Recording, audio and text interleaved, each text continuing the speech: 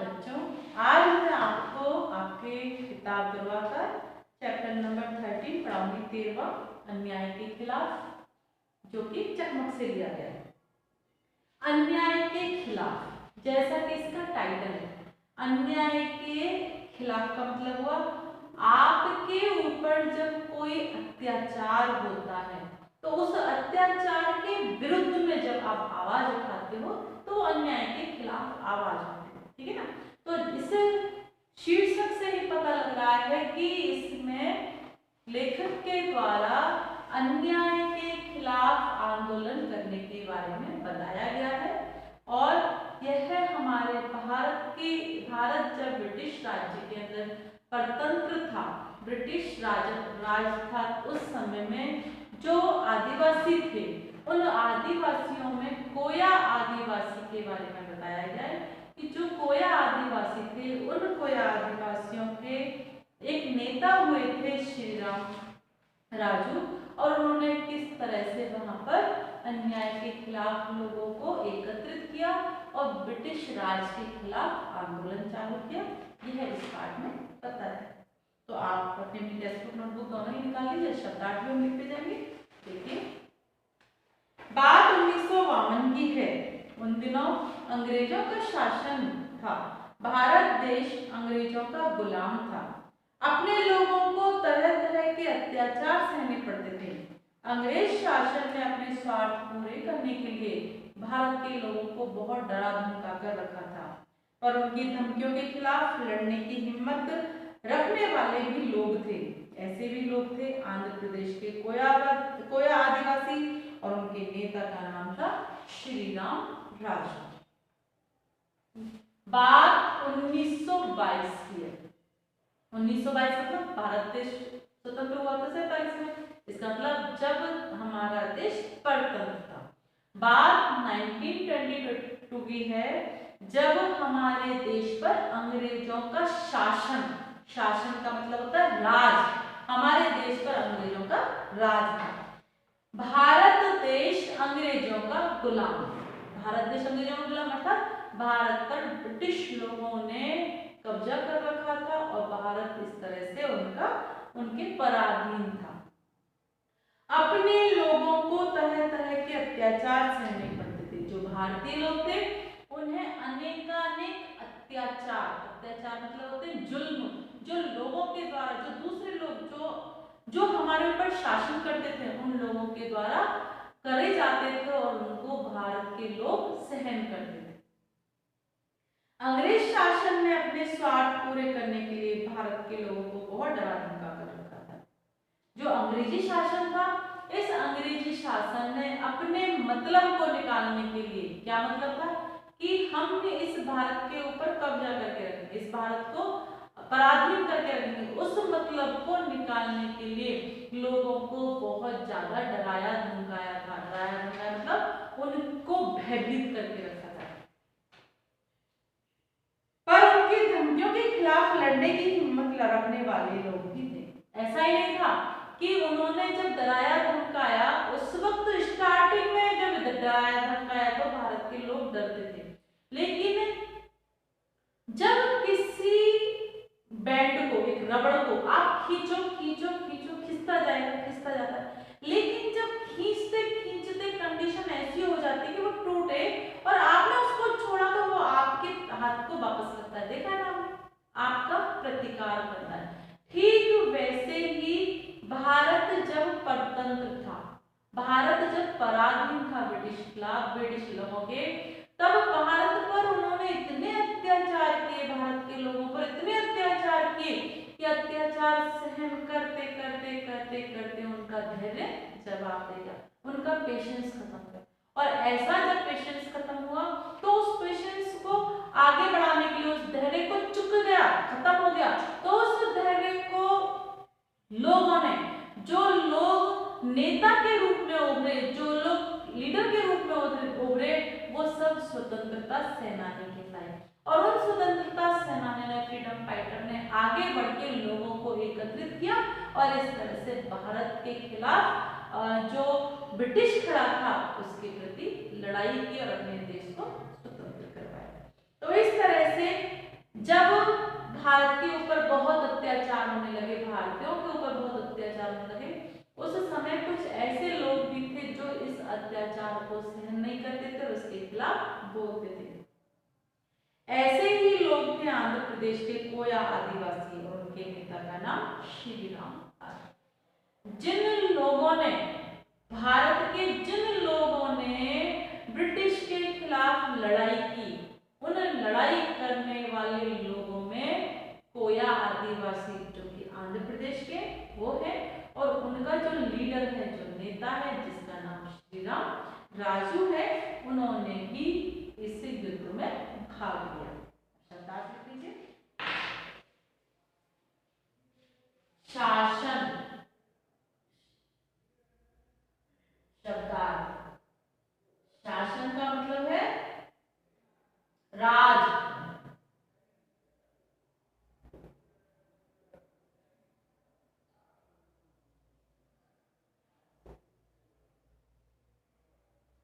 गुलाम, गुलाम नौकर को भी कहते हैं, और गुलाम पराधीन को भी कहते हैं। जो नौकर मतलब जो किसी स्वामी के नीचे काम करे, पराधीन। अत्याचार, अत्याचार मतलब होता है जुल्म।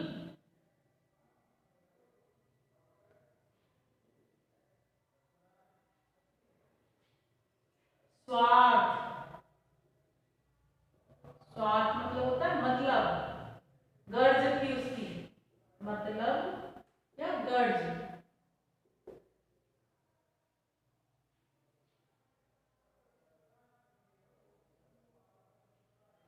खिलाफ, खिलाफ का मतलब होता है विरुद्ध, विरुद्ध।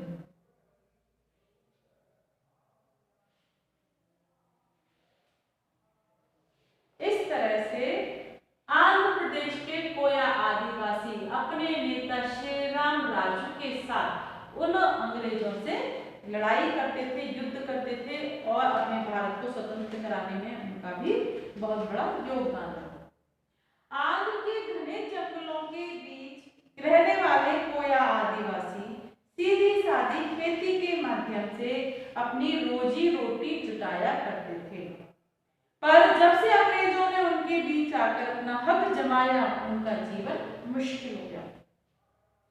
जो आंध्र प्रदेश था उस समय, उस आंध्र प्रदेश के घने जंगलों में, जंगल जानते हो, जंगल मतलब होते हैं जहाँ पर लोगों का आना जाना कम होता है, तो ऐसे घने घने जंगलों में जहाँ पेड़ पौधे बहुत ज्यादा बहुत आयात में थे, ऐसे घने जंगलों के बीच में एक सीधे साधे लोग रहते थे जो कि कोया आदिवासी के नाम से जाने जाते। सीधा साधा स्वभाव क्या होता है, आदिवासी जो थे सरल स्वभाव के थे, लड़ाई मतलब किसी को लूटते पाटते नहीं थे, अपने पास में एक छोटी सी खेती रखते थे, कृषक थे और खेती बाड़ी करते थे, थोड़ी सी खेती बाड़ी करते, जो मिलता उससे संतुष्ट रहते थे, अपने जीवन में असंतुष्टि नहीं रखते थे कि मुझे और चाहिए और चाहिए, ऐसा नहीं करते। जितना उनके पास जमीन है, अपने कुनबे के साथ, अपने क्या नाम है बोलते उसको, अपने लोगों के साथ, थोड़े से लोग, आदिवासी कैसे होते हैं, ऐसा नहीं होता बहुत बड़े बड़े समाज, छोटा सा समाज एक जगह रहता है, अपने समाज में शादी करता, अपने समाज में जीता, अपने समाज में मर जाता, उसे दुनिया की खबर नहीं, उसको बोलते आदिवासी। तो इस तरह से वे आदिवासी क्या होते हैं, लोग, आदिवासी लोग शहरों से कटे हुए होते क्योंकि जंगलों में रहते हैं, और पशुओं को मारकर खाना, पशुओं को मारकर अपना भोजन लेते हैं, अपनी ही आग जलाते हैं और वहीं पर खाना बनाते हैं और वहीं पर रहते हैं। इस तरह से आदिवासियों का जो टीम होती है, जो समुदाय होता है, वो अपनी, यदि कोई थोड़ी बहुत खेती होती थी तो उस खेती के माध्यम से अपने जीवन को यापन करते थे। तो रोजी रोटी जुटाना, रोजी रोटी मतलब होता है उस खेती बाड़ी से रोजी, रोज मतलब होता है पैसा आना, रोजी, रोजी मतलब होता है कमाई, और रोटी का मतलब है उस कमाई से जब आपके पास धन दौलत हो जाएगी तो उस धन दौलत से आप भोजन करेंगे ना, तो उस खेती से, जो सीधी सादी खेती थी, उससे वो रोजी कमाते थे, कमाई धन दौलत कमाते थे, उससे अपने घर का जीवन निर्वाह करते थे। रोटी मतलब अपने घर के पालने पोसने का काम करते थे। जब अंग्रेजों ने बीच में आकर अपना हक जमाया, ऐसे लोगों के बीच में जाकर जब अंग्रेजों ने अपना अधिकार जमाया कि ये वाला एरिया भी तो हमारा है, उस वक्त उनका जीवन मुश्किल हो गया। उनका जीवन मुश्किल हो गया था, उनको समझ में नहीं, उनको पता ही नहीं अंग्रेज लोग कौन है। उनके जीवन में मुश्किलें बढ़ गई, परेशानियां आने लगी। क्यों? क्योंकि बाहर के जीवन के बारे में वो ज्यादा जानते नहीं थे और अंग्रेजों को कैसा लगता था पूरे भारत के ऊपर कब्जा करना है, कहीं भी कोई एरिया नहीं छोड़ना है। तो जंगलों के बीच में जो आदिवासी रहते थे उनके ऊपर भी हक जमाते थे और इस तरह से उनके हक जमाने के कारण उनका जीवन मुश्किल हो गया। फिर से एक तो शब्द इसमें लिख लीजिए, मुश्किल मतलब होता है परेशानी वाला। रोजी मतलब होता है कमाई,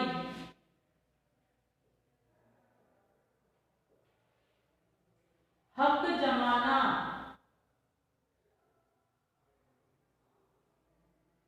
हक हक मतलब होता है अधिकार,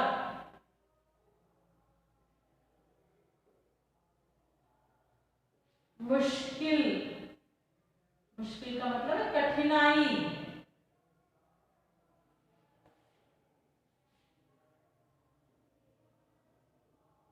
कठिनाई।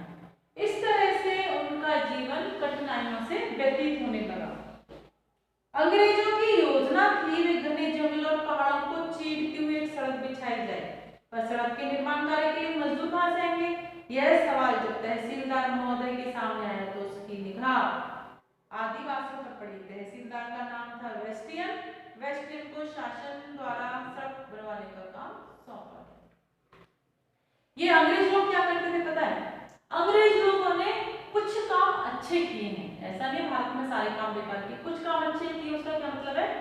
उन्होंने जो ये भारत था अनेक टुकड़ों में बटा हुआ था, एक तो उसको एक किया, दूसरा भारत में यातायात की सुविधाएं कम थी, कारण सड़कें नहीं थी, तो इस कारण से उन्होंने सड़कों का निर्माण करवाने के कारण से आज हमको एक प्रदेश से दूसरे प्रदेश में जाने से मुश्किल नहीं होती।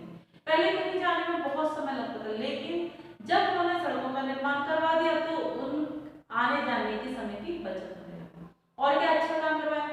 जो जगह जिनको दर्शनीय स्थल बोलते हैं, देखने योग्य, उन दर्शनीय स्थलों को, क्योंकि ये लोग ब्रिटेन से आए थे, सर्दी होती थी और इंडिया में गर्मी पड़ती थी, तो ठंडे प्रदेशों की ओर जाते थे और वहां पर रहते थे।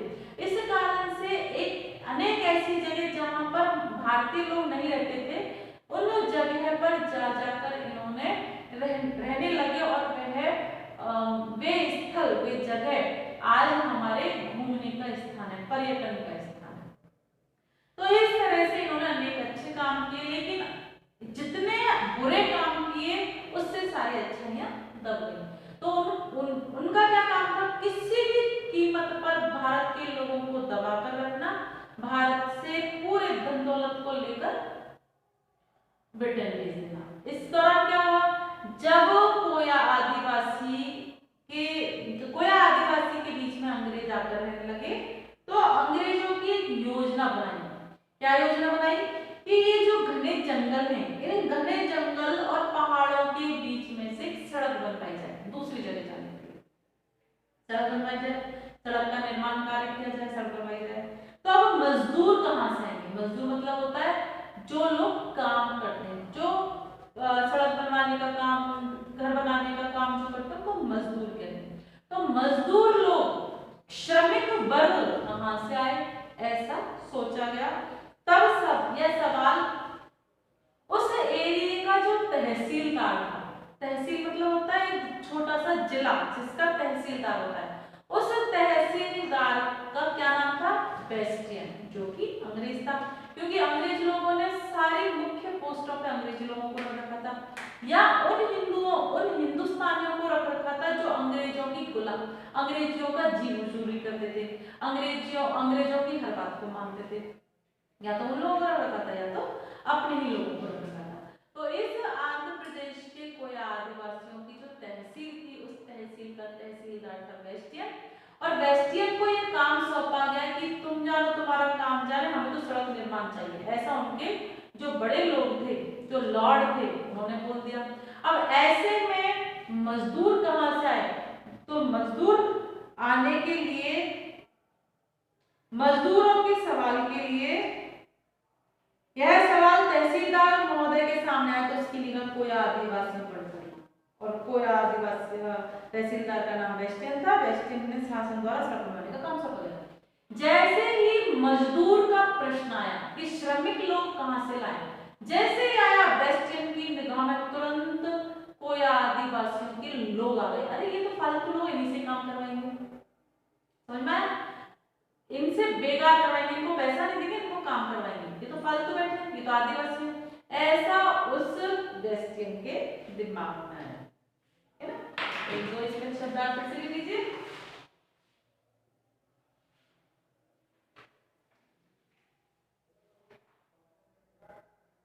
मजदूर मतलब होता है श्रमिक,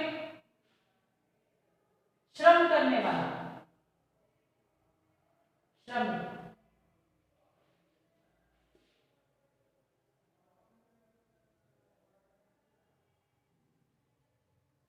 निगाह, निगाह मतलब होती है नजर।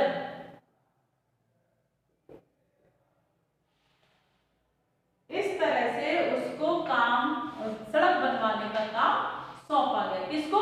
वेस्टियन को, जो कि उस जगह का तहसीलदार था। और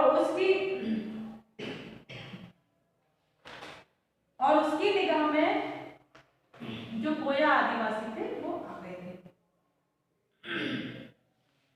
वेस्टियन स्वभाव से बहुत अक्खड़ और क्रूर था।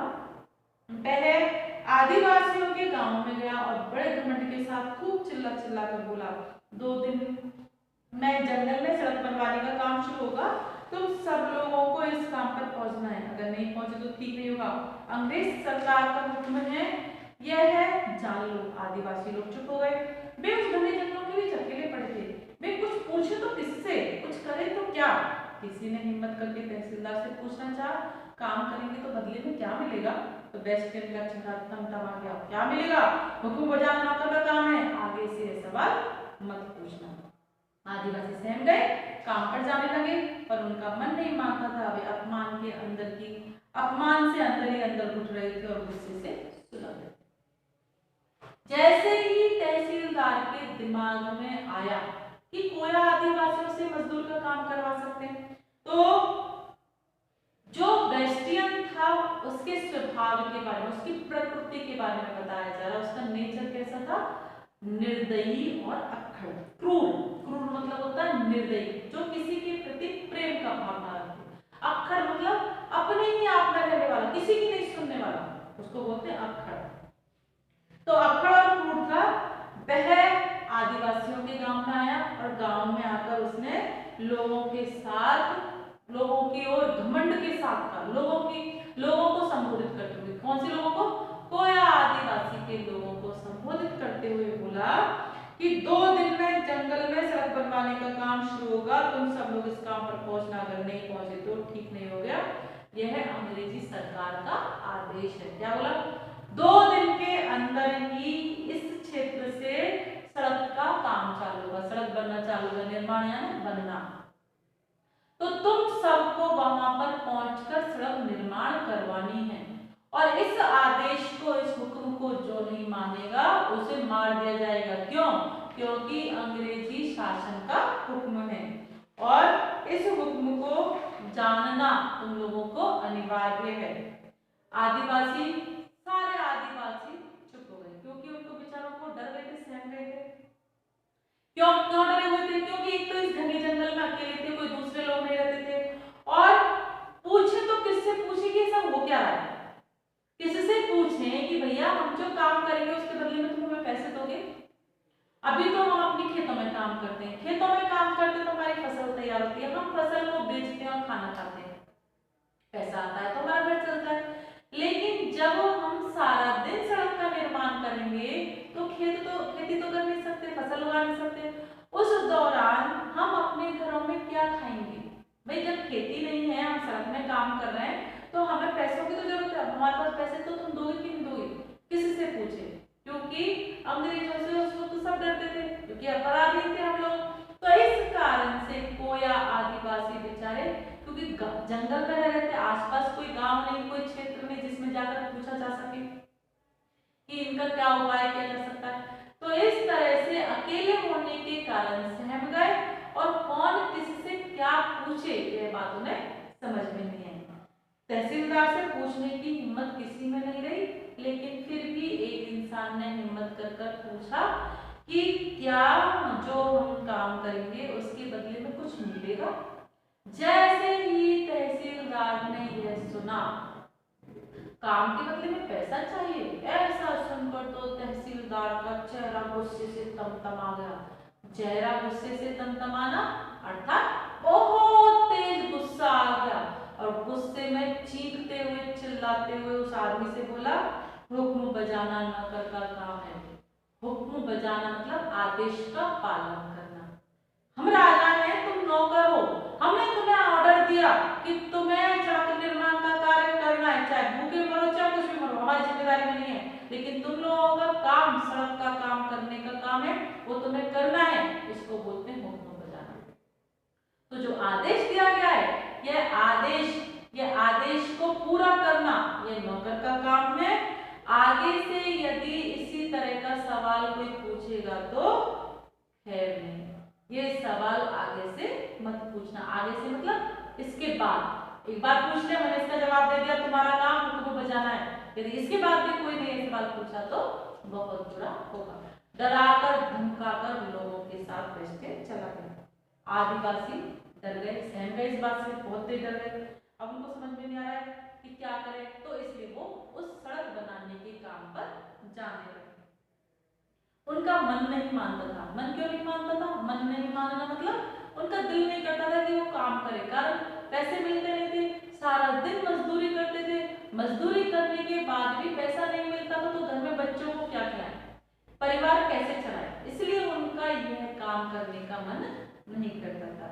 वे अपमान से अंदर ही अंदर घुट रहे थे, उनको अपमान महसूस होता था। क्यों? क्योंकि ब्रिटिश जो लोग थे वो भारतीयों को अपमानित करते थे, डांटते थे, पीटते थे, लातों से मारते थे, डंडों से मारते थे। इस कारण से उस अपमान के कारण, मेहनत कर रहे हैं फिर भी डांट खा रहे हैं, मार खा रहे हैं, उस अपमान के कारण अंदर ही अंदर घुटना, अंदर ही अंदर दिल ही दिल में उनको तकलीफ होती, गुस्से की। और इस तकलीफ के कारण वो गुस्से से सुलगना, अंदर ही अंदर उनके अंदर गुस्सा भर रहा था। सुलगना मतलब जल रहा था। गुस्से के कारण, देखो आदमी ठंडी चीज से जलता नहीं, गर्म चीज से जलता है, गुस्सा गर्म होता है। तो गुस्से के कारण सुलगना। इस चैप्टर में बहुत सारे मुहावरे हैं, और आप इन मुहावरों का मैं आपको अर्थ बताती जा रही हूँ। हम एक एक्टिविटी करेंगे इसके बाद में।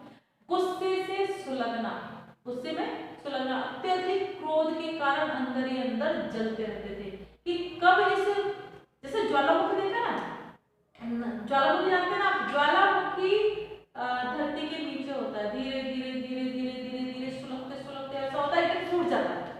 ऐसे ही किसी चीज को आप दबाते जाओगे, किसी पर अत्याचार करते जाओगे, तो एक ना एक दिन तो फूटेगा। तो उस फूटने के लिए किसी के सहारे की आवश्यकता होती है। कोई लीडर बने तो सब फूटने को तैयार थे, सबके अंदर गुस्सा था। किस लिए? क्योंकि वो लोग बेगार कर रहे थे। जब कोई पैसा नहीं मिलता और बिना पैसों के आप काम करते तो उसको बोलते हैं बेगारी। ठीक है, तो इस तरह का बेकार का काम करते थे, इसलिए वो अंदर अंदर सुलग रहे थे, चल रहे थे। फिर से एक दो चार शब्द प्रकार के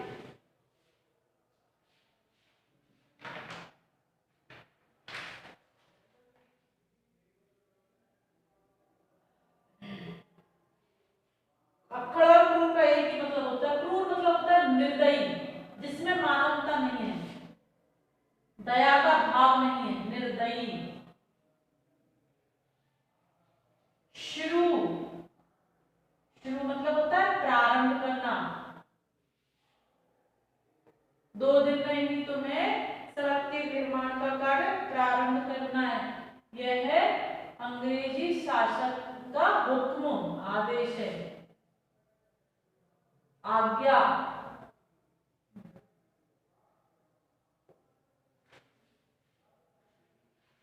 और यह तुम जान लो। लेकिन लोगों को पूछने की हिम्मत नहीं हुई और एक ने हिम्मत करके पूछा तो वेस्टर्न का चेहरा तमतमा गया।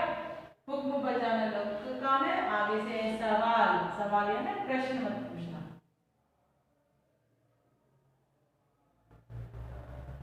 आदिवासी सहम गए। सहमना यानी डर जाना।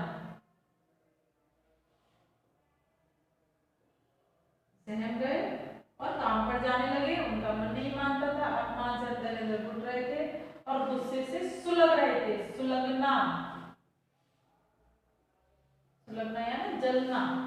सुलगना यानी धीरे धीरे जलना।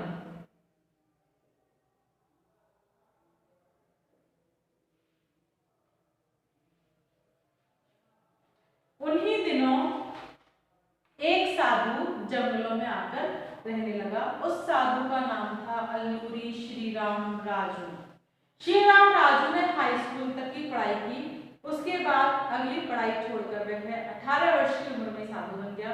जब वह इन घने जंगलों में रहने आया तो आदिवासी लोगों से अच्छी तरह से हिल मिल गया।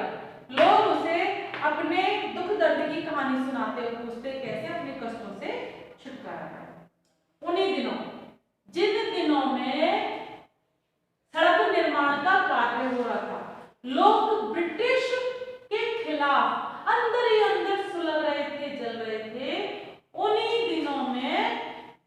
उन्हीं दिनों में एक साधु उस आंध्र प्रदेश के कोया आदिवासियों के बीच में आकर रहने लगा, जिसका नाम था, पूरा नाम अल्लूरी श्रीराम राजू। श्रीराम राजू ने हाई स्कूल तक की पढ़ाई की। जब अब उस साधु के बारे में बताया जा रहा है। साधु कौन था? साधु जो थे अल्लूरी श्रीराम राजू, इन्होंने हाई स्कूल मतलब था 10th, उस जमाने में 10th तक की पढ़ाई की थी। उसके बाद पढ़ाई छोड़ दी और 18 वर्ष की आयु में ही ये साधु बन गए और जंगलों में रहने लगे।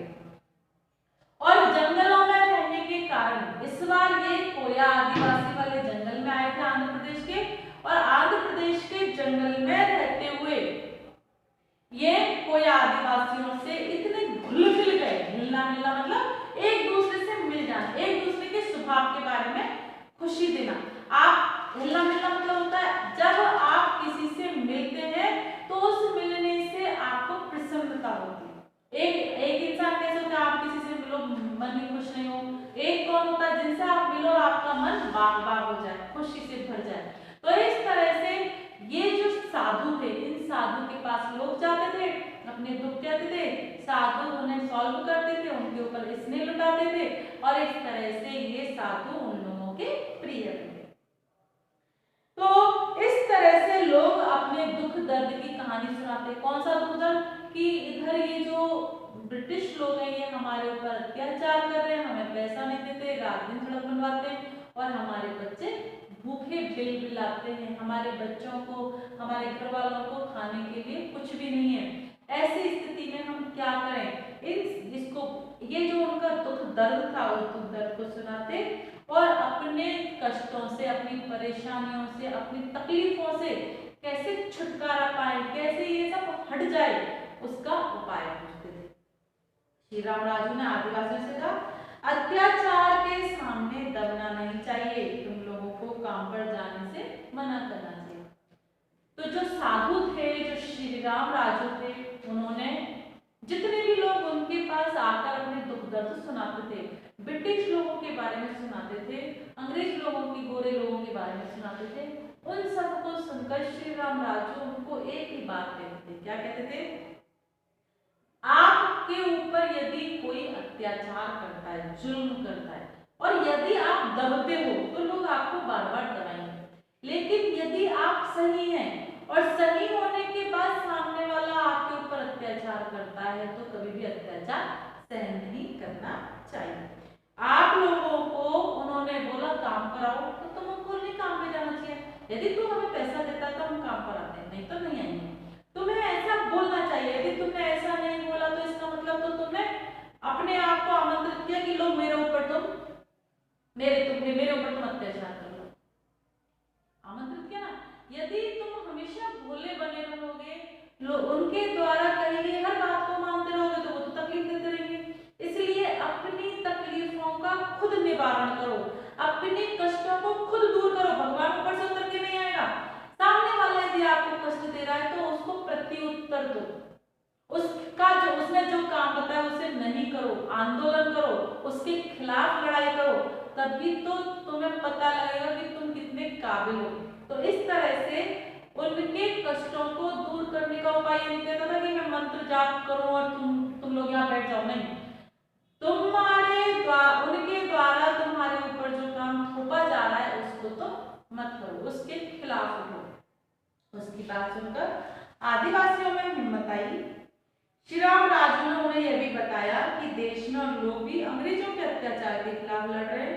उनमें एक मशहूर नेता है जिनका नाम गांधी जी है। गांधी जी का कहना है कि भारत के लोगों को अंग्रेजी सरकार का सहयोग नहीं करना चाहिए। अगर कोई अंग्रेज अन्याय करेगा तो अन्याय सहने से इनकार करें। जैसे ही लोग आकर दुख दर्द की बात श्री राम राजू से करते थे और साधु बाबा से करते थे, तो साधु बाबा उनको एक ही बात कहते थे, तो मैं अत्याचार सहन नहीं करना चाहिए। अत्याचार सहन करने के बजाय उनके काम को मना करना चाहिए, उनके खिलाफ बोलना चाहिए। लोग उसकी बात को सुनते थे तो लोगों के अंदर हिम्मत आती थी कि हाँ ये सही है, हम उनका काम क्यों करें, ये तो गलत बात है। तो जब आदमी थक जाता है या आदमी डरा हुआ हो और डरे हुए आदमी के पास यदि कोई सच बोलने वाला आदमी आता है और उसको उकसाता है कि भैया तू सच का साथ दे, डर मत, तो उस आदमी में अंदर ही अंदर कॉन्फिडेंस आता है, हिम्मत बढ़ती है। तो इस तरह से जो कोया आदिवासी थे जो बेगार के साथ काम कर रहे थे, उन सबके अंदर साधु की बातों से हिम्मत आती थी। श्री राम राजू ने उनको यह भी बताया, क्यों? क्योंकि श्री राम राजू तो देश देश में पूरे भारत में घूमते रहते थे, जंगलों में घूमते रहते थे, इसलिए उनको तो जानकारी थी। आदिवासी लोगों को जानकारी नहीं थी क्योंकि एक ही जगह पर रहते थे, अपने दल बल के साथ रहते थे। इस तरह से जो श्री राम राजू आए थे, जो साधु आए थे, उन्होंने उन लोगों को कोई आदिवासियों को बताया कि देश में और लोग भी अंग्रेजों के खिलाफ लड़ रहे हैं। ऐसा नहीं कि तुम ही लड़ाई चालू करोगे, अंग्रेजों के विरुद्ध, अंग्रेजों के खिलाफ देश में अनेक जगह आंदोलन हो रहे हैं। देश में अनेक जगह अब लोगों के ऊपर अत्याचार होते होते लोग थक गए अत्याचार को सहन करते करते, इसलिए उस अत्याचार के खिलाफ आवाज उठा रहे हैं और अनेकों जगह आंदोलन हो रहे हैं। उनमें एक मशहूर नेता है जिनका नाम गांधी जी है। तो देश में जो अत्याचार के खिलाफ आंदोलन कर रहे हैं, उन आंदोलनों में एक सबसे प्रसिद्ध नेता है जिसका नाम है महात्मा गांधी। और भी अनेक फ्रीडम फाइटर है, लेकिन सबसे बड़े फ्रीडम फाइटर के रूप में महात्मा गांधी है। और महात्मा गांधी क्या कहते हैं? गांधी जी का कहना है भारत के लोगों को अंग्रेजी सरकार का सहयोग नहीं करना चाहिए। क्या कहते हैं कि भारत के जो लोग हैं वो अंग्रेज सरकार को सहयोग कर रहे हैं, मदद कर रहे हैं, इसलिए तो अंग्रेज सरकार यहाँ से नहीं जा रही। यदि हम उनका सहयोग, मदद करना बंद कर देंगे तो वो लोग जाएंगे ही जाएंगे, जब उनके पास कोई हेल्प नहीं रहेगी। वो हमारे ऊपर जो अन्याय करते हैं, अत्याचार करते हैं, उस अत्याचार को सहने से मना कर दो, इनकार कर दो, हम तुम्हारा अत्याचार नहीं सहेंगे। तो आप जब मना करोगे तो सामने वाला एक बार, दो बार, 5 बार, 10 बार, कितनी बार मारेगा? हाथ बार पीछे जाएगा। तो इस तरह से बार बार अत्याचार को सहन मत करो। अत्याचार को सहन करने के बजाय उस अत्याचार के खिलाफ बोलो। तो हम लोग क्या कर रहे हैं? उनकी हेल्प कर रहे हैं। कैसे हेल्प कर रहे हैं? तुम हमारे ऊपर अत्याचार करे जाओ, हम सहन करते जाए। जब तक कोई इंसान अपनी आत्मरक्षा खुद नहीं करेगा, तब तक भगवान भी उतर कर उसकी रक्षा नहीं करेगा। कोई भी इंसान जब तक अपने आप खड़ा नहीं होता, कोई भी उसकी हेल्प नहीं करता। ईश्वर भी परीक्षा लेता है कि तू अपनी मदद तो खुद कर, मैंने तुझे इंसान बनाया, बुद्धि दी, जानवर तो नहीं है,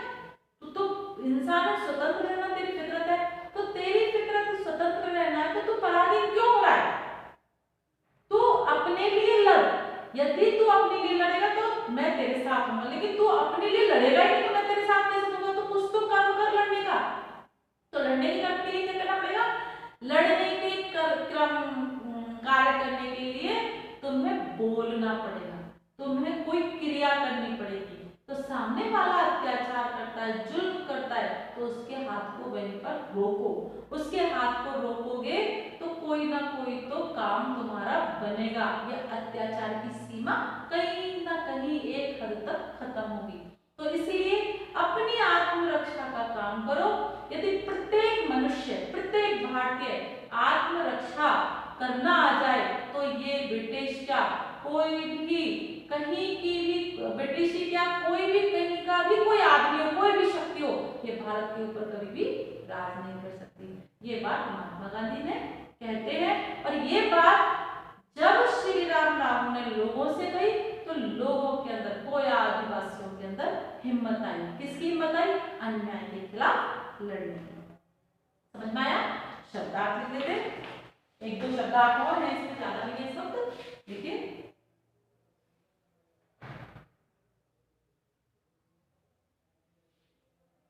मशहूर, मशहूर मतलब होता है प्रसिद्ध, ख्याति नाम, जिसका नाम हो, ख्याति लब्ध, ख्याति नाम, सहयोग यानी मदद करना,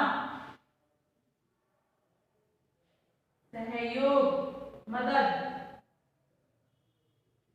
इनकार मना,